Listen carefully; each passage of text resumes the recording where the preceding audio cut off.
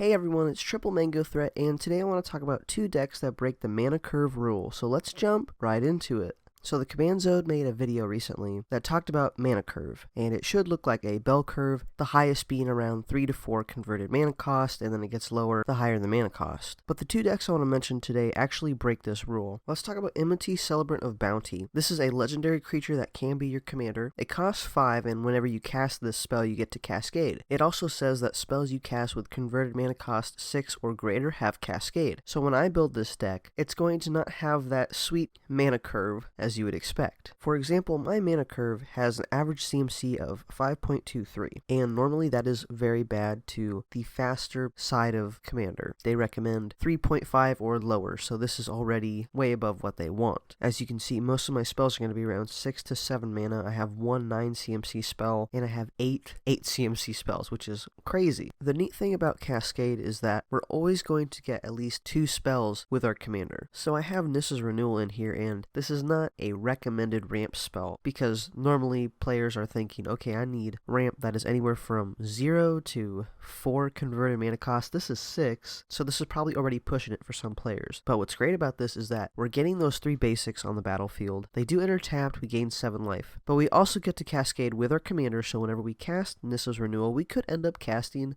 Cultivate or any other great spell in our deck that is 5 or less mana. Same with Dreamstone Hedron. This is not a card that players usually want to play, but in this deck we're ramping and we're going to get a second spell off of our commander. Or whenever we cast a finisher card like Enray's Forerunners, this is an 8 CMC spell that can potentially end the game if we have enough creatures with all the +2s that it's giving, as well as Vigilance and Trample, which is very powerful. Or one of my favorite things to do is cast something that has Cascade. So with our commander out, we cast something like Annoyed Altasaur. So we'll get 2 Cascade triggers, and so that is 3 spells that we're getting, including the Altasaur. So 2 extra spells we get when casting this 7 CMC spell. And what if that hits another Cascade spell like Sakashima's Protege? That has Cascade. When it enters the battlefield, we can copy any permanent that entered the battlefield this turn, which we will definitely want to try to plan out. But what's cool is that it can be an opponent's if it entered the battlefield this turn. That's why it would have Flash. This is also a $40 budget deck, so if you're looking for a budget EDH deck, this is a great one for you to look into, and there'll be a link to the deck list if you want to check it out down below. The next deck I want to talk about is Braids, Conjurer, Adept. So at the beginning of each player's upkeep, that player can put an artifact, creature, or land from their hand onto the battlefield. So we can skip a lot of those early ramp spells, I guess you would call them,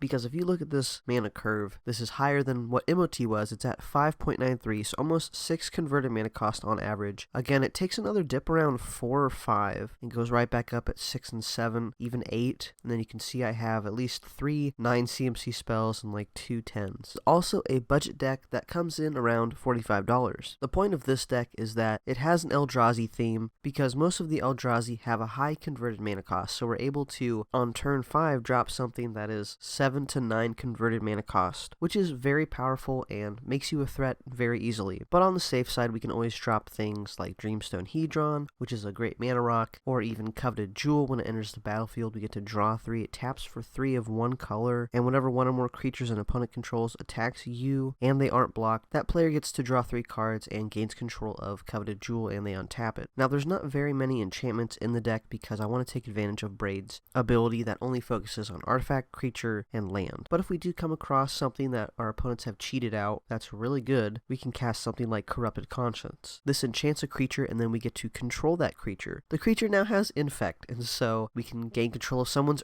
Dragon. That could be their commander, and we deal 10 Infect to somebody, which would be really powerful. And again, same with Mind Control, except the creature does not have Infect, but still, taking control of someone else's creature is something I love to do. As for the huge creatures that we can drop onto the battlefield, there's a lot. There's Inkwell Leviathan. This is a 9 CMC creature with Island Walk and Trample. Also Shroud. It's a 7/11, or one of my favorites is Sphinx of Uthun. Really in any deck, but it's cool in this one because when it enters the battlefield, we reveal the top 5 of our deck. Then opponent separates those into 2 piles like a fact or fiction. We put one into our hand and the other into our grave. except we may not have to cast this because of Braids' ability. Just put this creature into play during our upkeep, and we also still get to draw for that turn. It's a really sweet creature. Now, if we need to remove some of the threats that we've been allowing through Braids, there's things like Phyrexian Ingester that when it enters the battlefield, we can exile a target non-token creature, and then it gets +X/+Y, where X is the exiled card's power and toughness. There's also Mereor Golem, which can target any non-land permanent, which is very helpful, especially if we need to take care of an artifact or enchantment. And then there's Duplicant, similar to Phyrexian Ingester. When it enters the battlefield, we can exile target non-token creature, and as long as it's exiled with Duplicant, it has the power and toughness and creature types of the last creature it exiled, and it's still a shapeshifter. Now, you ultimately win the game with cards like Archetype of Imagination and Untitled Leviathan. We can give our creatures all flying, and then our opponent's creatures can't gain or have flying, or they lose flying. And then Stormtide Leviathan is an 8/8 with Island Walk. All lands are islands in addition to their other types, and creatures without flying or Island Walk can't attack. So we can end up being the only one with an 8/8 that's able to attack, and that's very powerful. The last card I want to talk about in this deck is Temple of the False God. A lot of players don't like this card because we can't use this ability until we control 5 or more lands. But I have a video right here that explains why you should be playing this card, especially in monocolored decks. So if you're playing a monocolored deck, this would be the video for you to check out. Thank you all so much for watching. I'll see you all in the next one.